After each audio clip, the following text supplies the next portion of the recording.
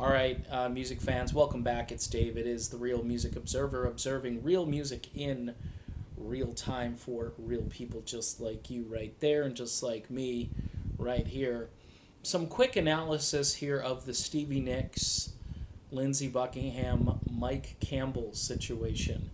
I have a hunch that Stevie has probably wanted Mike Campbell to be in Fleetwood Mac for a long time.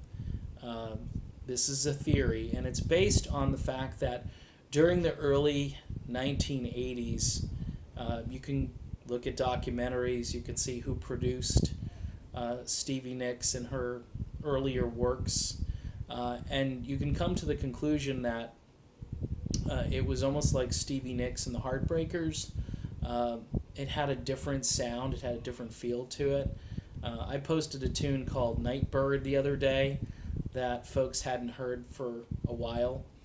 It sounds a lot like You Got Lucky. I mean, there are so many similarities in those early albums because Stevie was completely smitten by everybody in the Heartbreakers.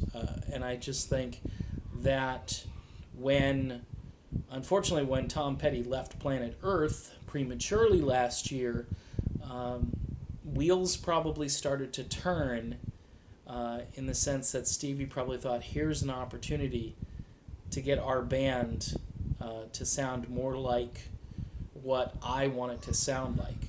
Now, I'm not sure if that's a good thing. I'm just telling you that I think Campbell, who obviously didn't have anything else going on in his life, this works for him.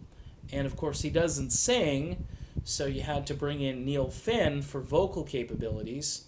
But now you've got this sort of revamped Fleetwood Mac that could definitely have a completely new sound. I mean, Lindsey Buckingham is this very eclectic, plucking, folky, electric. I mean, he's got some definite, distinct style. Okay, as does Mike Campbell.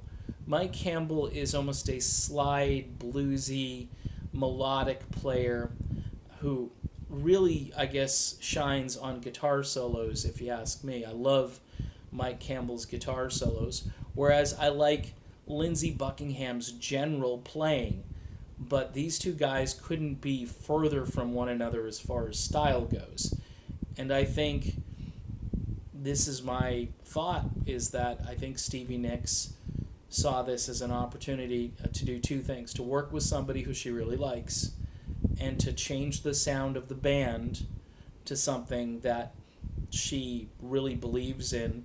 And is it a direct shot at Lindsey Buckingham? Sure.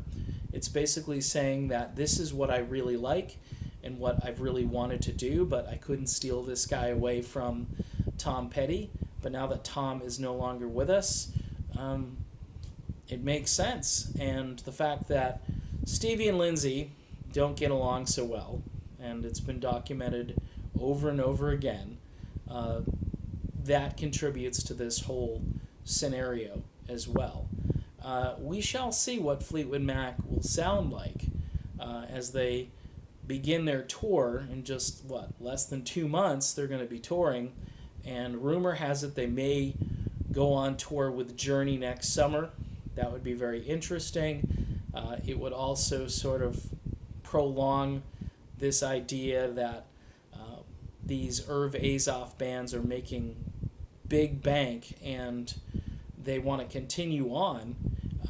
It will be interesting to see if that comes to fruition, because I know Neil Sean has got some other things planned, and I'm thinking that whole Journey Through Time thing might get off the ground in the fall sometime or in the winter. We shall see. But I believe Stevie Nicks, this was a dream come true for her to be able to work with Mike Campbell and to bring him into Fleetwood Mac. That's my take on it. Could be wrong, but it's an interesting theory. See you later, everybody.